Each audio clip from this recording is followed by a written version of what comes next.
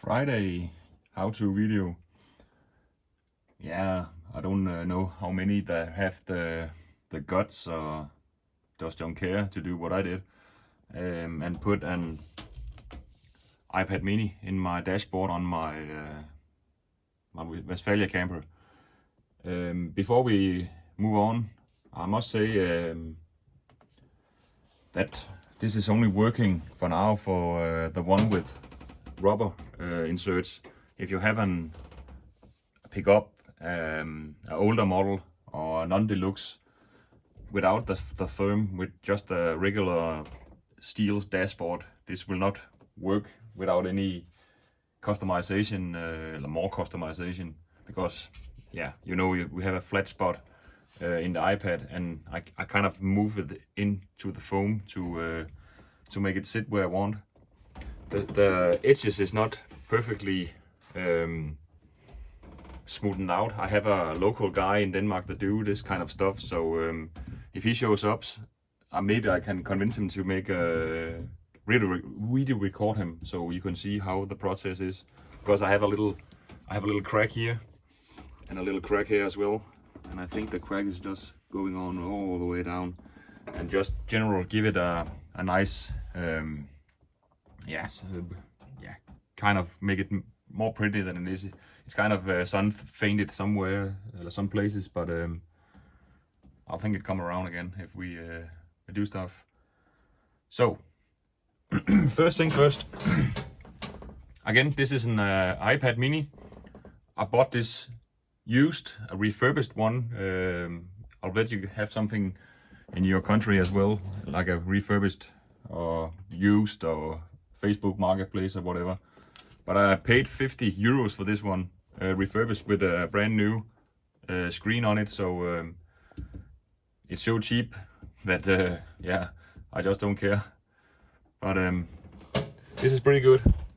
So again, I have a little time lapse, so I'm maybe gonna show you right now.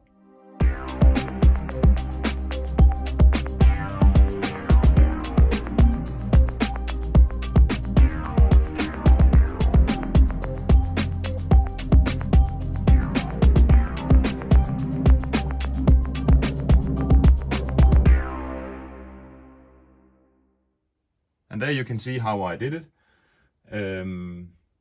Cut it out, see the old cracks, but if you see, I can get this out without one hand. So there we go. Again, this is not rocket science. So as you can see, I had a hacked up that dashboard before, so I wasn't that worried about do this conversion. But basically, this is a complete cover of the iPad I just made in some thin sheet metal, and I did that because, let's get that out of the way, I need something to cut around. So when I did this, I could put it in, and I could take a standy knife, or I don't know what you call it, a sharp knife, and just cut around the edges. So I had a perfectly square piece of metal that fits here, and then you didn't have to cut down in your new refurbished iPad and destroy it with, maybe get your knife into the buttons or something. So fairly straight, and you can see there is a lot of move my fat fingers, a lot of room for the iPad to slide in and kind of make it in a groove. So I think it's a good little option. And for the boombox system, I used a little Bluetooth device, and it's kind of smart. I think it's some Chinese knockoff, but I bought it on a Danish website. The link will be down below in the comment or in the bio.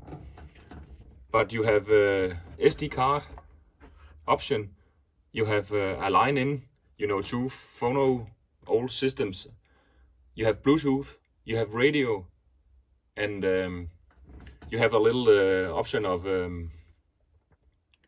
making the nice pretty with it's kind of an amplifier anyway. So and then you have a USB port. I was hoping that the USB would directly take the sound from the cable inside the amplifier, but that didn't work. Luckily we have Bluetooth, but I needed this option for recharging, charging all the time the little iPad, so I did it this way.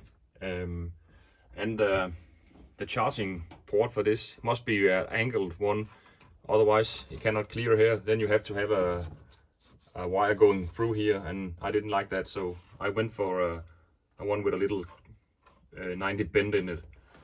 So that's pretty simple. And the speaker is just in the original place up here. I only fitted one, and it was actually a radio speaker in here. I don't know it's original, but the speaker was original, and there was a little bracket that fit the speaker, and it's a 5 by 25 inch speaker. So I just used a two-way speaker with discant, is that what it's called?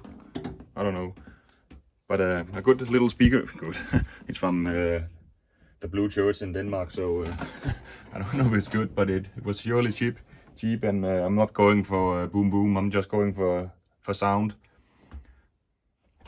And back in the hole again. Simple stuff. I like it this way because, let me just go. Yeah, that was the radio. Oops, sorry. Yep, Bluetooth. And it's already connected. Lovely. It was a cheap way to get a radio in the car. This way I had two birds with one hit, or what do you call it. I got a radio. I got maps. So you have something to drive around for if you need it. Later on I can use it to stream movies on a television. I have a plan on to put it in the back, and yeah, just modernize the dashboard a little bit. But again, it's okay. We got the music from yeah, you know, Volbeat. They are the shit. Why can I just hit this one? What the fuck? Whoa. So you can do it more ways. You can use. Oh, it's over here. God damn it. You can use the volume here, but you can do it on the remote as well.